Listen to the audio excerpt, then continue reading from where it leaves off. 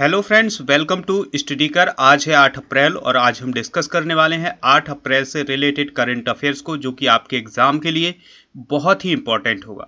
तो साथियों, इस लेक्चर के साथ आप एंड तक बने रहें। इसके अलावा आप हमारे चैनल को सब्सक्राइब कर लें और बेल आइकन दबाना बिल्कुल न भूलें। इसके अलावा एक और महत्वपूर्ण सूचना है आपके लिए कि अगर आप हमें खबरी ऐप पर भी सुनना चाहते हैं तो नीचे डिस्क्रिप्शन बॉक्स में एक लिंक दी गई है, उस पर क्लिक करके आप हमसे खबरी ऐप पर भी जुड़ सकते हैं। तो साथियों, चलिए स्टार्ट करते हैं इस लेक्चर को और देखते हैं पहला क्वेश्चन क्या है। तो ध्यान से सुनिएगा। केंद्र सरकार ने हाल ही में आर्थिक मामलों के नए सचिव के रूप में किसे नियुक्त किया है? तो आंसर है इसका अजय सेठ को। फ्रेंड्स, तरुण बजाज के स्थान पर अजय सेठ को आर्थिक मामलों के विभाग में सचिव के रूप में जिम्मेदारी दी गई है। बात करते हैं अजय सेठ की, तो ये 1987 बैच के IAS अधिकारी हैं और वर्तमान में वो अभी कर्नाटक राज्य में कार्य कर रहे हैं। इसके अलावा साथियों, एक बात और महत्वपूर्ण है कि हाल ही में जो की गई नियुक्तियां हैं उनको भी हम देख लेते हैं। जैसे जस्टिस नूतल पाटी वेंकट रमन को नया CJI बनाया गया है भारत का, यानी चीफ जस्टिस ऑफ इंडिया कौन होंगे हमारे भारत के अगले? जस्टिस नूतल पाटी वेंकट रमन। फ्रेंड्स, चिंतन वैष्णव को अटल इनोवेशन मिशन के मिशन निदेशक के रूप में नियुक्त किया गया है। इसके अलावा तरुण बजाज को राजस्व सचिव के रूप में नियुक्त किया गया है। विराट कोहली को डिजिट इंश्योरेंस का ब्रांड एम्बेसडर बनाया गया है और आदिल जैनुल भाई को बनाया गया है क्षमता निर्माण आयोग का अध्यक्ष। तो फ्रेंड्स, ये थी कुछ हाल ही में की गई नियुक्तियां, तो इनको भी आप नोट डाउन कर लेंगे। चलिए फ्रेंड्स, नेक्स्ट क्वेश्चन देखते हैं। ध्यान से सुनिएगा इस क्वेश्चन को। विश्व स्वास्थ्य दिवस निम्न में से किस दिन मनाया जाता है? तो आंसर है इसका 7 अप्रैल को। साथियों, 7 अप्रैल को हर साल विश्व स्वास्थ्य संगठन दिवस मनाया जाता है। ठीक है फ्रेंड्स, यहाँ पर कौन सा दिवस मनाया जाता है? विश्व स्वास्थ्य दिवस मनाया जाता है। ठीक है, फिर है अब हम इसकी बात जान लेते हैं कि इस दिन का मकसद पूरी दुनिया के लोगों को सेहत के प्रति सचेत करना और बताना कि स्वास्थ्य ही सब कुछ है। फ्रेंड्स, इस दिवस की शुरुआत 7 अप्रैल 1950 से की गई थी। ठीक है, इसके अलावा हम कुछ और दिवस देख लेते हैं जो कि अप्रैल माह में अब तक मनाए जा चुके हैं। जैसे 1 अप्रैल को उड़ीसा दिवस मनाया जाता है। इसे उत्कल दिवस भी बोलते हैं। क्या बोलते हैं? उत्कल दिवस। ठीक है, उत्कल दिवस के रूप में भी मनाया जाता है इसे। 2 अप्रैल को विश्व ऑटिज्म दिवस मनाया जाता है। 5 अप्रैल को राष्ट्रीय समुद्री दिवस मनाया जाता है। 7 अप्रैल को मनाया जाता है विश्व स्वास्थ्य दिवस, जो कि अभी हमने डिस्कस किया है। 7 अप्रैल को कौन सा दिवस मनाया जाता है? विश्व स्वास्थ्य दिवस। 10 अप्रैल को मनाया जाता है विश्व होम्योपैथी दिवस। 13 अप्रैल को मनाया जाता है जलियांवाला बाग नरसंहार दिवस। ठीक है, 13 अप्रैल 1919 को जलियांवाला बाग हत्याकांड हुआ था, उसकी याद में हम 13 अप्रैल को कौन सा दिवस मनाते हैं? जलियांवाला बाग नरसंहार दिवस। फ्रेंड्स, चलिए नेक्स्ट क्वेश्चन देखते हैं। भारत के अगले मुख्य न्यायाधीश यानी CJI chief justice of India के रूप में कैसे नियुक्त किया गया है? तो आंसर है इसका जस्टिस NV रमन। फ्रेंड्स, हाल ही में भारत के राष्ट्रपति रामनाथ कोविंद ने 6 अप्रैल 2021 को जस्टिस NV रमन को भारत का 48वां मुख्य न्यायाधीश यानी CJI नियुक्त किया है। ठीक है, न्यायमूर्ति रमन 24 अप्रैल 2021 को भारत के अगले मुख्य न्यायाधीश के रूप में कार्यभार संभालेंगे। वर्तमान में कौन है? तो शरद अरविंद बोबडे जो है, ये वर्तमान में अभी चीफ जस्टिस ऑफ इंडिया हैं। ये 23 अप्रैल को रिटायर हो रहे हैं। तो 24 अप्रैल को कौन शपथ लेंगे CJI के रूप में? तो वो लेंगे जस्टिस NV रमन। मुख्य न्यायाधीश की सेवानिवृत्ति होने के 1 महीने पहले CJI का नाम केंद्र सरकार को देना होता है। फ्रेंड्स, जो भी मुख्य न्यायाधीश होगा वर्तमान में, वो अगर रिटायर होने वाला है तो उसके 1 महीने पहले वो एक नाम सुझाएगा। ठीक है, और राष्ट्रपति को भेजेगा और राष्ट्रपति जब उस पर हस्ताक्षर कर देंगे, उसकी नियुक्ति कर देंगे, तभी अगला CJI बनेगा। चलिए फ्रेंड्स, कुछ महत्वपूर्ण बातें जान लेते हैं। सुप्रीम कोर्ट का वर्णन भारतीय संविधान के भाग 5 में अध्याय 4 में और अनुच्छेद 124 से लेकर के 147 तक किया गया है। यहाँ पर बात ध्यान रखनी है आपको कि संविधान के किस भाग में सुप्रीम कोर्ट का वर्णन है? तो भाग 5 में। किस अध्याय में है? तो अध्याय 4 में है। किस अनुच्छेद से किस अनुच्छेद तक है, तो अनुच्छेद 124 से 147 तक सुप्रीम कोर्ट का वर्णन किया गया है। फ्रेंड्स, बात करते हैं सुप्रीम कोर्ट की, यानी भारत के सुप्रीम कोर्ट की, तो इसका उद्घाटन हुआ था 28 जनवरी 1950 को। इसके कुछ और फैक्ट है वो भी देख लेते हैं। सुप्रीम कोर्ट की पहली महिला न्यायाधीश फातिमा बीबी थी, जो कि 1987 में बनी थी। और दलित समुदाय के पहले न्यायाधीश थे केजी बालकृष्णन। सुप्रीम कोर्ट के पहले पारसी न्यायाधीश कौन थे, तो वो थे एस.एच. कपाड़िया।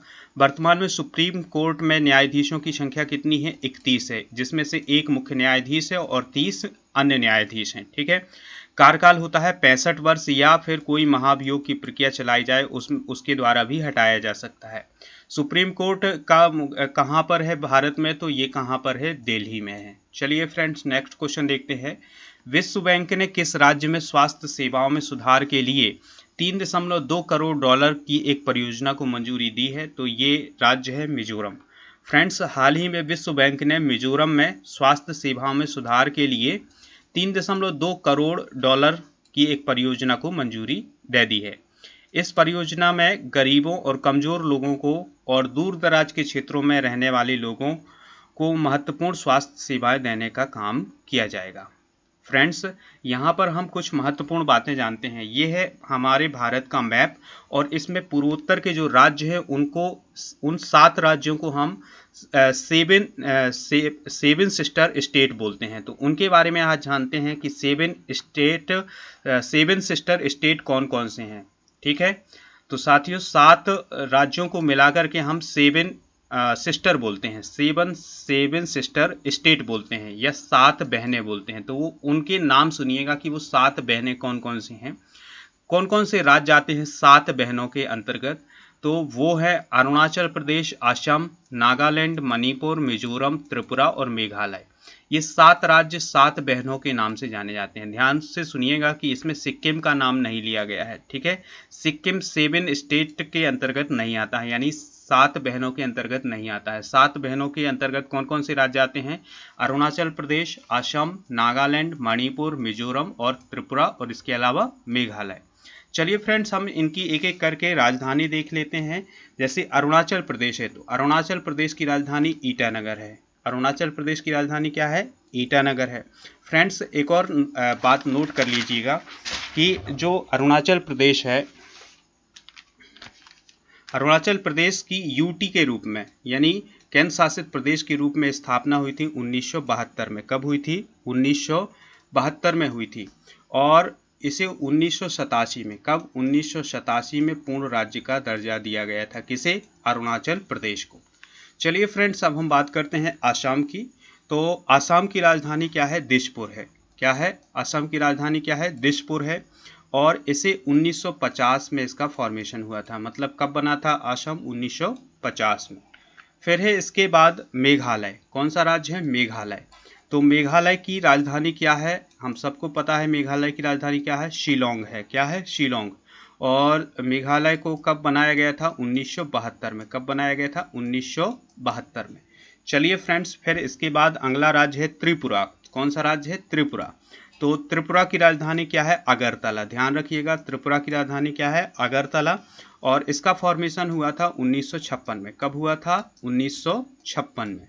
चलिए फ्रेंड्स, फिर है इसके बाद है मिजोरम। मिजोरम की राजधानी क्या है, मिजोरम की राजधानी है आइजोल। क्या है मिजोरम की राजधानी, आइजोल। और यहाँ पर ध्यान से सुनिएगा कि इसे यूटी के रूप में, यानी केंद्र शासित प्रदेश के रूप में 1972 में बनाया गया, और फिर 1987 में इसे पूर्ण राज्य का दर्जा दिया गया था, जैसे अरुणाचल प्रदेश को दिया गया था। चलिए फ्रेंड्स, फिर है इसके बाद क्या है, मणिपुर है। कौन सा राज्य है, मणिपुर।